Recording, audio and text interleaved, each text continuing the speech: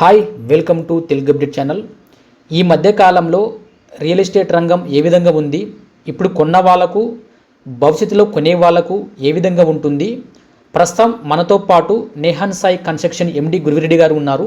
వారిని అడిగి మరిన్ని వివరాలు తెలుసుకుందాం. చెప్పండి గురువిరెడ్డి గారు, మీకు రియల్ ఎస్టేట్ రంగంలో దాదాపుగా 20 సంవత్సరాల అనుభవం ఉంది. ఎటువంటి సలహాలు ఇస్తారు? హాయ్ అండి, అందరికీ నమస్తే. నేను గత 20 సంవత్సరాలు పైబడి రియల్ ఎస్టేట్ కన్స్ట్రక్షన్ రంగంలో ఉన్నాను. హైదరాబాద్లో ఈ మధ్య కాలంలో తరచుగా అందరూ రియల్ ఎస్టేట్ పని అయిపోయింది ఇంకా అనేది మనం వింటూ ఉన్నాము. మనం గత అనుభవాలతో చూసుకుంటే తెలంగాణ మూమెంట్లో ఇంకా రియల్ ఎస్టేట్ పడిపోయింది, హైదరాబాద్ భవిష్యత్తు లేదు, అందరు ఇక్కడి నుంచి వెళ్ళిపోవాల్సిందే అనే ఒక భావనలోకి అందరు వచ్చారు. మన మీడియా కానీ టీవీలు కానీ మనందరం ఇదే చర్చలు నచ్చినాయి. తర్వాత ఏమైంది, తెలంగాణ వచ్చిన తర్వాత 6 నెలల నుండి సంవత్సరం లోపల ఎన్నో రెట్లు పెరిగింది, ఆల్మోస్ట్ డబల్ అయింది. అక్కడి నుంచి కూడా మళ్ళీ నోట్ల రద్దు కూడా మళ్ళీ ఒక అడ్డంకి లెక్క వచ్చింది. ఈ తెలంగాణ వచ్చిన తర్వాత నుంచి నోట్ల రద్దు మధ్యలో నాకు తెలిసి 10 నుంచి 15 రెట్లు అయింది. మామూలు సాధారణ ప్రదేశాల్లో కూడా హైటెక్ సిటీనో ఇట్లాంటి ప్రదేశాలు కాదు నేను చెప్పేది, జనరల్గా అంటే ఓవరాల్ హైదరాబాద్ ఆ విధంగా గ్రోత్ వచ్చింది. తర్వాత నోట్ల రద్దు అయినప్పుడు అందరూ ఏం విశ్లేషించారు, ఇంకా రియల్ ఎస్టేట్కు భవిష్యత్తే లేదు, రియల్ ఎస్టేట్ అనే పదమే ఇంకా వినపడదు అనేంత స్థాయిలో చర్చలు జరిగాయి. కానీ మనం తర్వాత చూసింది ఏంటి, తర్వాత కూడా ఎన్నో రెట్లు మనం ఊహించని విధంగా ఆ విశ్లేషకులకే దిమ్మ తిరిగే విధంగా రియల్ ఎస్టేట్ అభివృద్ధి సాధించడం జరిగింది. కాబట్టి ఎన్ని అడ్డంకులైనా హైదరాబాద్ మార్కెట్కు ఎట్టి పరిస్థితుల్లో ఎలాంటి డోకా ఉండదు. కాకపోతే చిన్న చిన్న హడ్డిల్స్ వస్తూ ఉంటాయి. అంతా తెలంగాణ మూమెంట్ అంతా నోట్ల రద్దు అంతా పెద్ద హడ్డిల్స్ అయితే మనకు దరిదాపులు అయితే మనకు కనపడే సూచన ఏం లేదు.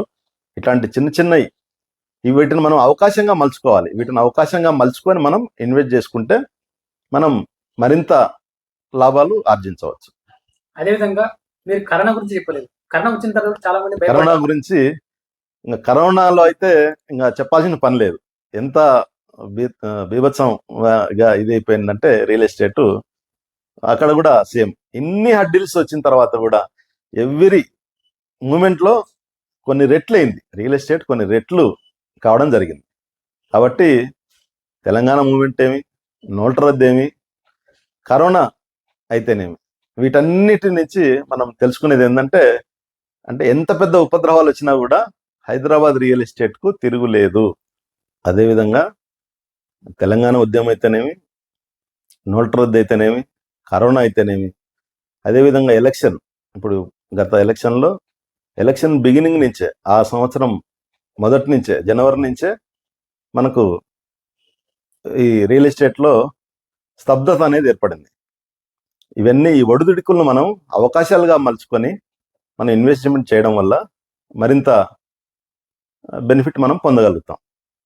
కాబట్టి ఏ రంగంలో అయినా ఈ హడ్డిల్స్ అనేది సర్వసాధారణం. వాటిని మనం అవకాశాలుగా మలుచుకొని, ఏ రంగము అంతటితోనే ఆగిపోదు.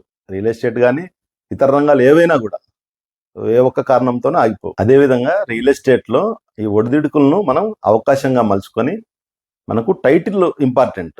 మిగతా ఇలాంటి ఒడిదుడుకులు మనం అవకాశం చేసుకొని ముఖ్యంగా టైటిల్ చూసుకోవాలి. ఏ ఏరియాలో మనం తీసుకునే దానికంటే కూడా టైటిల్ ఇంపార్టెంట్. టైటిల్ బాగుంటే ఆటోమేటిక్గా మనం దాటికి వచ్చే బెనిఫిట్స్ మనం తీసుకోవచ్చు. ఈ స్తబ్దుగా ఉన్నప్పుడు కొనడం వల్ల మనం ఎక్కువ బెనిఫిట్స్ పొందవచ్చు. అదేవిధంగా మనకు ఒక అభిప్రాయం ఉంది, ఒక 2 years బ్యాక్ కొన్నా ఇంచుమించుగా ఈరోజు కొన్నా అదే రేట్లో మనకు దొరుకుతుంది అనేది ఒకటి ఉంది. ఇందులో ఎంతో కొంత వాస్తవం లేకపోలేదు. దాన్ని కూడా మనం అవకాశంగా మలుచుకొని మనం అభివృద్ధి చెందవచ్చు. నమస్కారం.